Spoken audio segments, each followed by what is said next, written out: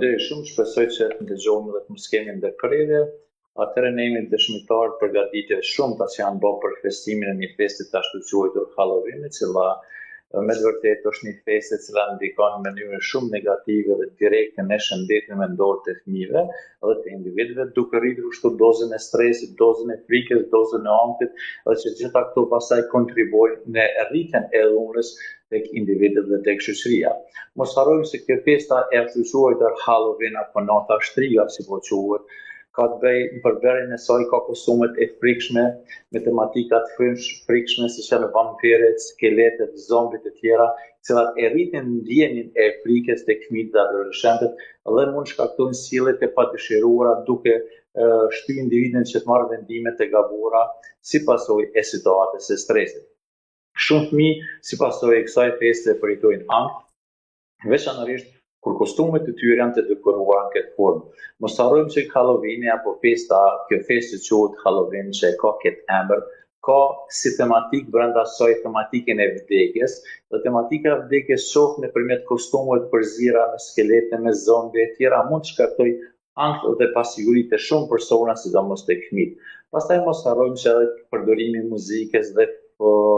mund ndikojnë në emocionet negative të individëve duke rritur shto emocionet forta të frikës e tjera.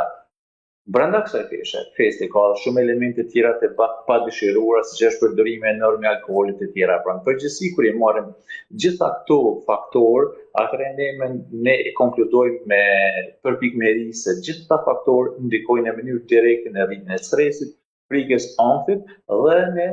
rritjen e dhunës, sepse gjithë këta faktorë kontribuojnë pastaj në rritjen e dhunës. I kemi potencuar shumë herë dhe po potencojmë. Jemi ne prindrit përgjegjës për këto situata që ne po i shkaktojmë fëmijët tonë, sepse fëmijët tonë faktikisht ashtu siç e kemi potencuar disa herë dhe po potencojmë, momenti kur lindin truri i tyre është i pastër, është si një fletë e bardhë. Në psikologji quhet tabula rasa, nuk është e shkruar fare, pra është sikur kjo fletë e bardhë këtu dhe s'ka asgjë të shkruar. Kjo fleta bardhë, ashtu siç u potencova, kjo fleta bardhë nuk është e shkruar fare dhe jemi ne prindrit ata që shkruajmë elementet frikës, elementet dhunës, elementet padëshiruara të ky truri i fëmijëve tonë. Dhe në momentin kur ne shkruajmë këto elementet padëshiruara, edhe fëmijët rriten me